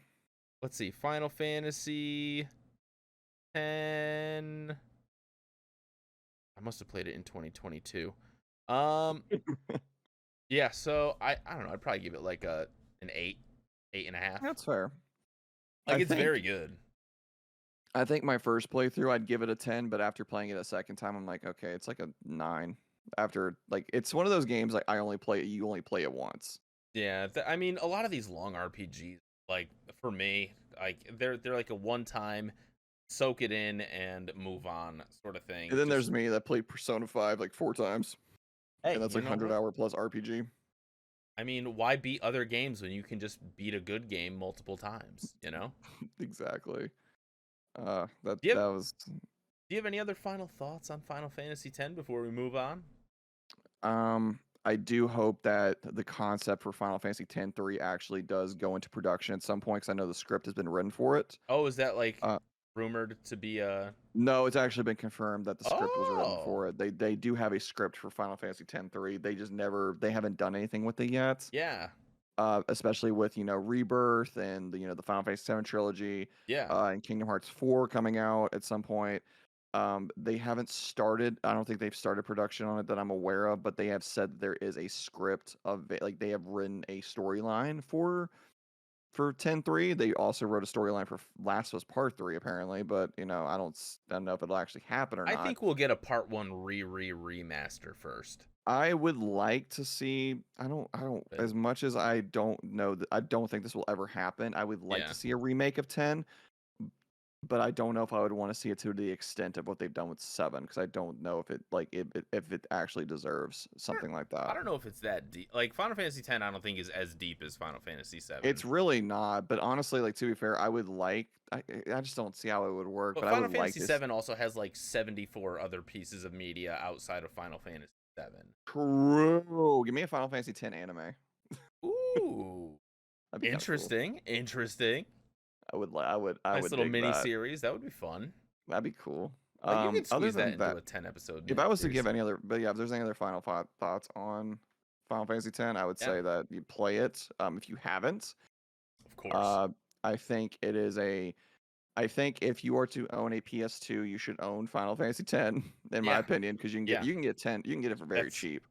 that's Uh, essential viewing for that I console would for say sure. don't play the PC port. If you were to play it, don't play the PC port. I don't like it that much. My mod bought it for me, but I do not care for the PC port that much.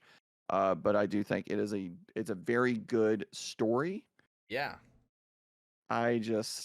I love everything about it, but at the same time, it's like I don't know where else they could go with it. that's fair. That's fair. Yeah, yeah. And that's our game of the Yer, week, Final Fantasy X. Now, yer. I gotta ask you something. Oh boy. We're wearing hats. We're Yeah. wearing backwards caps. Yes. Now, one thing people like to do with hats, What? we tip them. We Oh tip boy. them. What do you about to? We tip them? We tip them. A little tip of the hat. Oh yeah, Perhaps. the tip of the hat. Now, we have a little segment on this show called Tip of the Hat, Wag of the Finger, Okay. where we talk about some things that we're like pretty stoked on and then some things that we're maybe not so stoked on. Shinovi, why don't Okay. you kick us off with a tip of the hat? It's funny because you took my tip of the hat earlier for Thousand Year Door and Luigi's Mansion 2. Oh, shoot. I mean, that's a great But tip I will of the say hat. I had a backup one. I did have a backup Yeah, one because yeah. I knew because I kind of knew it was gonna get talked about. Sure. Dragon's Dogma 2 recently released a Okay. demo which allowed you to create your character ahead of the game's launch. That's And smart. it That's is like done. low key brilliant. Yeah, it does. It has done wonders for marketing on this game.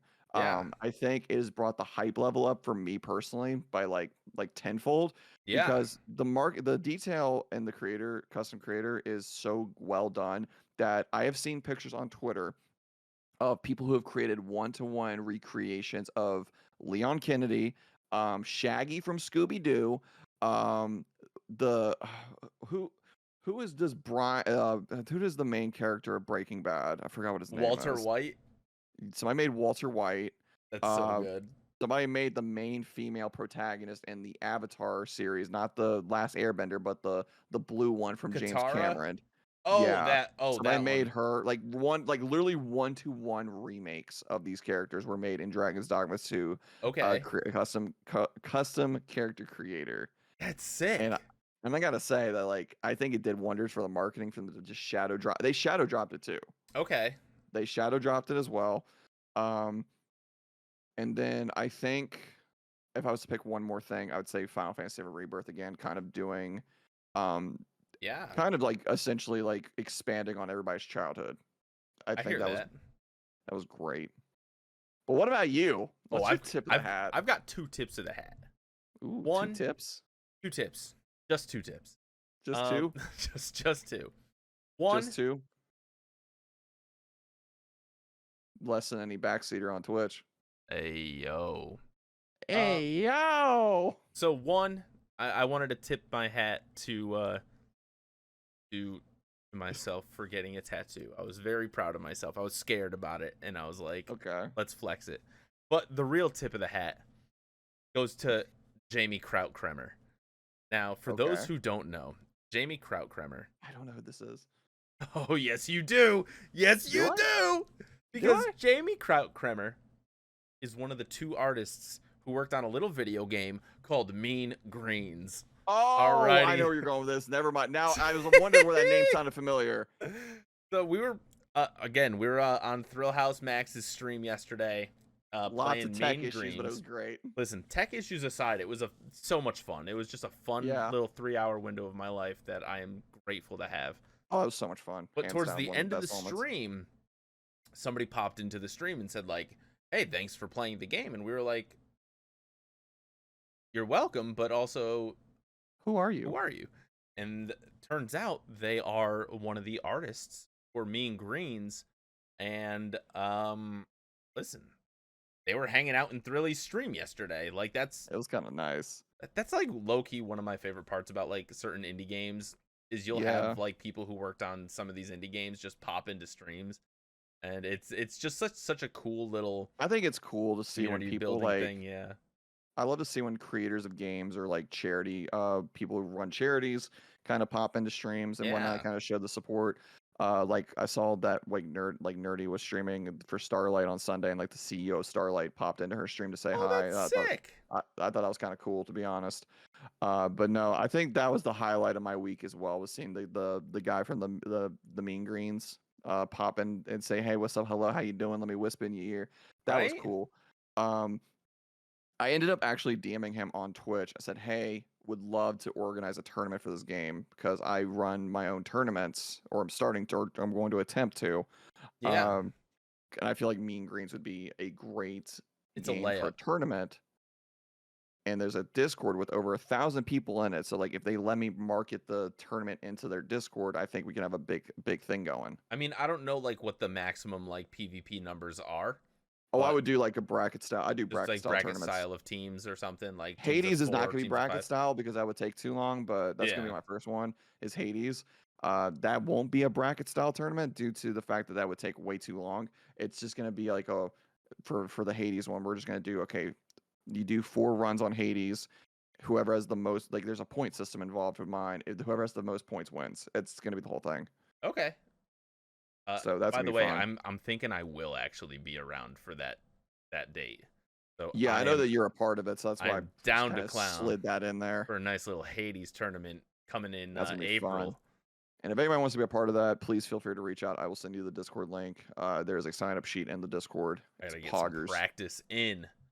I'm not practicing. I'm not competing personally unless we need to fill a spot in. I'm not competing Listen, myself. tip of the hat to Shinobi for pulling these tourneys together. You know what I'm saying?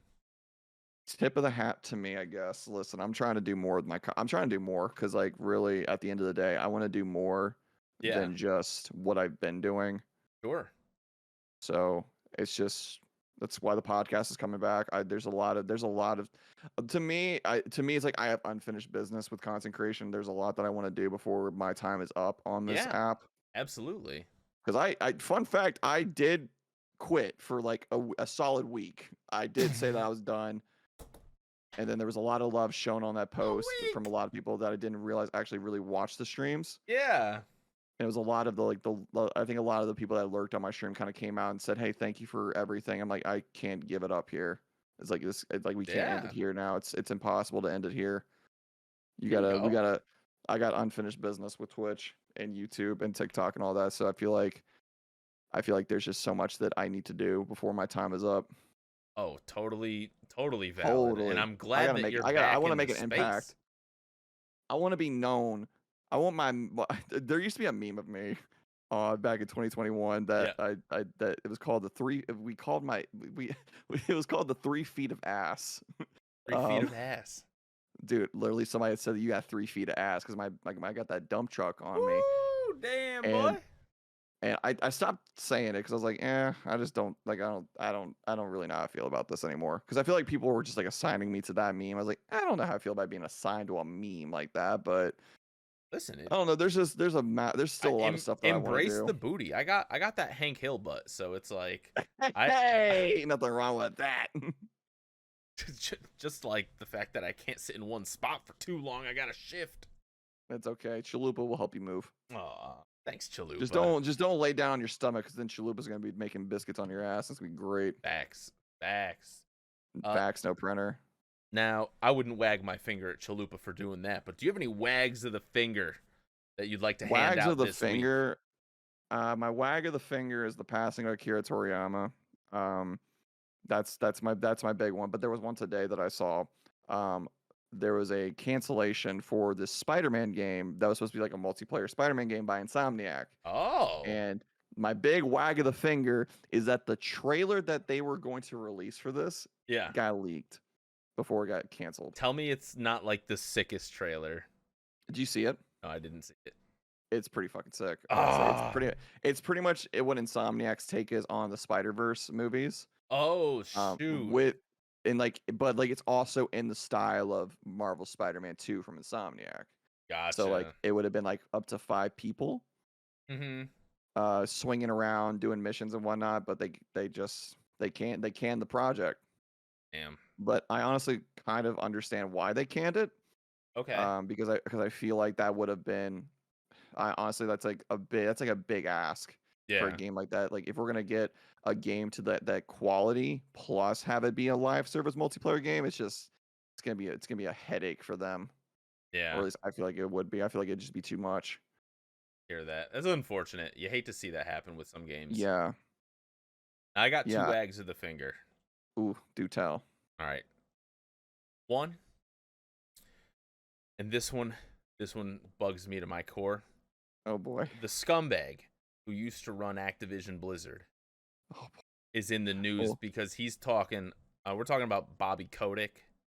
I hate him so much. Just There's a one huge person. piece of human garbage. Listen. He's If trying you to know buy me, TikTok. I did hear about that. He wants to buy TikTok so it doesn't get banned. If I don't hate people, and Bill, you know me, I don't hate people, right? We're allowed to hate Bobby though. But no, but like if I was to say I hate one person, it is Bobby because he is the biggest scumbag. Yeah, just the dude worst. was making like, I think he was making like $155 million a year at one point or something like Insane. that. While Activision was being completely underpaid. Right. Like he was making like $50 to $100 million a year. Like he was just such an asshole. Just disgusting work, yeah. Like he profited off of so many other people's work. Like Call of Duty was in shambles because of him. Mm-hmm. I don't typically hate people. I never have ill will towards anybody, but Bobby, I hate him so much. Yeah, no, he's human garbage. Wag of the finger. He is scum of the earth. And then he is the shit stain of this planet. Really is. And I have one more wag of the finger, and this one's somehow even worse. Oh God, how is this worse? Please do tell. I've been having one song live rent free in my head, and it's like I can't get it out. It's been an earworm. Both Chelsea and I are we can't escape it. We can't escape it. But Man, I Feel Like a Woman by Shania Twain has been stuck in this household for like a week now, and we can't escape. We can't escape it. Like, it's a banger of a song, but like, bam, bam, ba da ba ba. Let's go, girls. Now that I randomly think, I have another wag of the finger that I just thought of, that I saw today. Yeah. If I'm allowed. So, am I allowed to share it? Of course. So, a wag of the finger. For those who grew up on Power Rangers. Oh, I love Power Rangers. the original Red Ranger, Austin St. John. I think his name is Austin St. John. I think is what his name is. Mm-hmm. Apparently, he's creating a clothing line based off of like dictators, like one-liners, or Weird. like people like Hitler, for example. Like it is one Ew. that he used. He's like Hitler. He said Hitler was a horrible person, but he had a lot of cool one-liners. So apparently, Ew, he's I don't making a like that. clothing line based off of one-liners for people like Hitler, and I'm guessing a bunch of corrupt people like that. Yeah, I don't And like that. I'm like, that's weird. That's yucky. Like that That's just I'm like, that was weird. I don't know that's all the yucky. context behind it, so there might be some missing facts here and there. But I saw the video on it, I'm just like, bro, what the fuck? Stay in your lane. Stay as the Red Ranger, and that's it. Dude, honestly, like, Now we're gonna turn the tides here. We're gonna turn the we're gonna tides turn here. the tide. Yeah, because we've wagged Alright. our fingers. We've also tipped our hats. Now before Yeah. we leave, and we love that you've been here, guys. What games have you been playing just in the last week or so? What, me? You. Yeah, you. Final Fantasy Rebirth and Persona 3 Reload. That's it, man. Hey, ain't nothing wrong with that. I hear And then- that Reload is awesome, by the way. It is, but the one thing that with Reload, it's practically a 1-to-1 remake. Okay. And that's fine, but like I've played it before and I'm just like I kind of know what's happening, so I'm like I kind of put it to the shelf a little bit so I can play Rebirth, because I knew Rebirth was a more expanded game. Yeah. So I was like, I kind of just would rather play Rebirth right now. I'll go back to Reload Yep. probably afterwards, but I was like, I'm gonna take a break from this. They're both great games, both amazing remakes. So those are the two I've been playing off stream. Yeah. And then I've been playing the original Final Fantasy 7 on stream recently. Nice. So that's been fun. I'm enjoying the games that I'm playing, which is very nice, because I have issues starting games and also finishing games. I have a lot of trouble with both. Wait, you have trouble finishing games? What? Yes. Yeah, right. I've It's never heard crazy. about that. Crazy, man. It's like my one-liner. It's like I've never finished it. Never finished a dang game. Never finished the dang game. Refit No. ass guy over here. Let's bring it back. What about you? What are you playing? Man, I have been playing a little Final Fantasy VII Intermission. I think I just finished. Goated DLC. Just finished chapter 1. Goated DLC, bro. I gotta say, I love the little board game in Intermission. Fort Condor. Fort Condor, yeah, that's a lot of fun. Yeah. Fort Condor is great. Honestly think that's one thing I love about the remake games so far, is that they add these little like board games or card games. Is And Fort they've been Condor doing in those. Rebirth? Is Fort Condor and Rebirth? Yeah. Yes, I think so. Oh, sick. I think Fort Condor's in Rebirth, but the bigger focus was there's this card game in Rebirth called Queen's Blood. Okay. So that's like the mini game that you can do in Oh, cool. in Rebirth. But like there's always been a game like that in a Final Fantasy game. Like yeah. 8 and 9 both had card games. Yep. I don't think 7 had it, if I don't remember 7, I correctly. think it started with 8, where they added like a mini game. Now 7 has Fort Condor, like the original Fort Condors in But 7. you can only do that at Fort Condor in the original game. Yeah, exactly. So like that was kind of like a mini game, and then like Right. well, there's the Golden Saucer in 7, but that True. that's like its own own island. Is Golden Saucer in Rebirth, or are they saving that for part 3? I think Golden Saucers, and I think it's in Rebirth from what I've seen. Okay. I believe so. I remember them mentioning that Golden Saucer was in Rebirth, and it's one of the only places that you can like constantly revisit if you want to. Nice. That's just what I've heard. I don't know how accurate that is. Like I said, I'm at for Rebirth. I'm at Costa del Sol right now for Okay. Rebirth. That's where I'm at Nice. in Rebirth, and I'm having a blast at the beach, Love it. getting sick tans. Outside of the Final Fantasy VII Intermission, though, I've also been playing a little Yakuza 0. I'm so Um, proud of you. I'm so proud of people playing that game, man. We were talking about that earlier. I'm so happy to see people playing Yakuza and giving it the love it deserves. It makes me so happy. It's a fun freaking game. It's also one of those games that takes forever to finish, especially because the sub stories are, Yeah. the keep, sub like, stories are running- 100% worth doing. I keep running into sub stories on accident. Like I'll just be walking Yeah, around. you'll do that in Zero. And then I all think of a in Zero sudden that it's happens. like boom, cutscene, and Boom. it's a statue just living his best life. Love or it. Zero is great. It's the only time I recommend playing the prequel before the start the first game Yeah. for a Yakuza game because it introduces you to so many characters. Yeah, I'm having a blast with it, but Yeah, so good good. stuff. Yeah. Well, Shinovi, I want to thank you so much for being here today. It's been fun, man. I Uh, had a good time hanging out here. yeah. It's nice. If you ever want me again, I will always be around for this. Love it. I love doing these. I love you and Bromo both like Bromo does something similar to this where like he plays Pokemon, and it's like some of the best times because like y'all are like some of my best friends on this app, and they're a lot of fun. And I want to go and tell. I know I mentioned I was going to tell you this. I figured I'd go and tell you this now during your podcast to kind of give this a little bit of a Ooh. shine. Yeah. You remember I told you this before stream that how you were the debut guest for my podcast coming up. For sure. You're actually part of the reason it's coming back. Hey. So I don't know if you remember this or not, but back at TwitchCon in 2022, I think you had asked me like how come we haven't been invited yet to the podcast? I think you said it jokingly. I remember that. Yeah. And I remember I actually gave you like a very serious answer on it too. And it wasn't anything against like you. It's like it's just hard to pick guests and like Oh, of times and course. whatnot. Yeah. But like, that kind of stuck with me. So I was like, I think I was like like when I was bringing it back, it's like I feel like because Bill showed so much interest in being on it, I feel like we got a debut with Bill.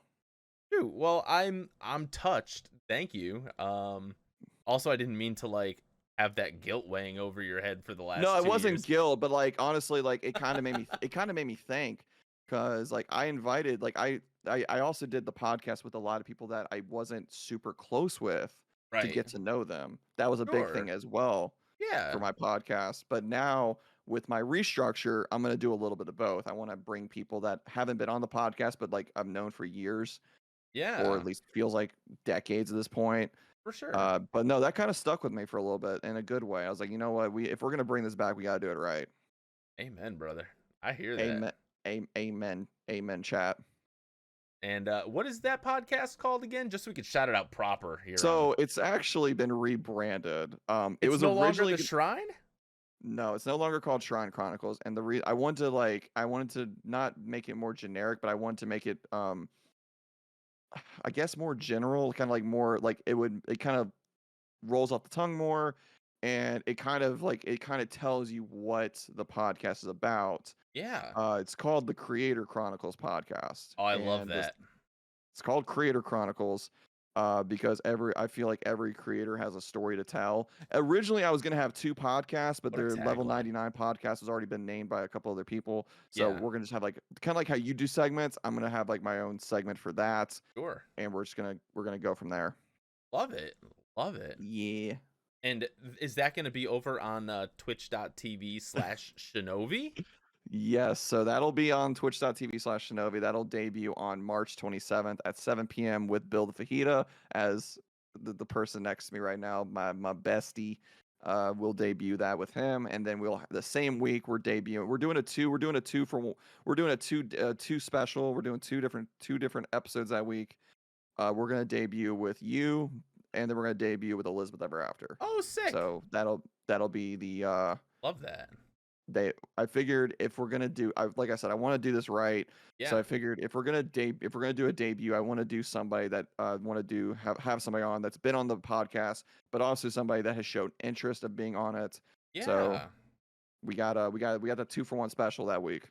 I love It's that. The 27th is Bill the Fajita, aka you, and then the 29th will be Elizabeth Ever After.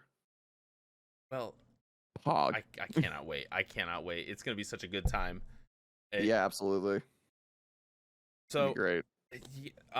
Again, thank you for being here. Thank you, listeners, for hanging out. If you want to follow Shinovi on any of his other socials, he's on. Hey, listen, I'm just he's here. on Twitter. He's on Twitch, both as Shinovi. But Twitter sucks. He's on TikTok as Shinovi TTV. I think my TikTok's also. Listen, I gotta get to work on the other off stream content for sure. He's got a YouTube channel that never gets uploaded. at Shinovi. I'm doing my damn best. Listen, and if you wanna listen to this show on any other mediums, we are available on Apple. We're available on Spotify. Heck, we're even on YouTube at Games of Our Lives. And if you want to follow the show on other socials, you can follow us on Twitter and Instagram at Games of Our Pod. My name is Bill the Fajita, and with Shanove here. Again, I want to thank y'all for listening. It's been fun. I hope y'all have a wonderful evening, a wonderful weekend, and can't wait for the next episode. Can't wait for the Creator Chronicles. That's going to be fun, dude. We're going to bring it back. We're going to bring it back good. All right. Well, you all have a good night. Thanks for listening. And that's the end of the podcast right there.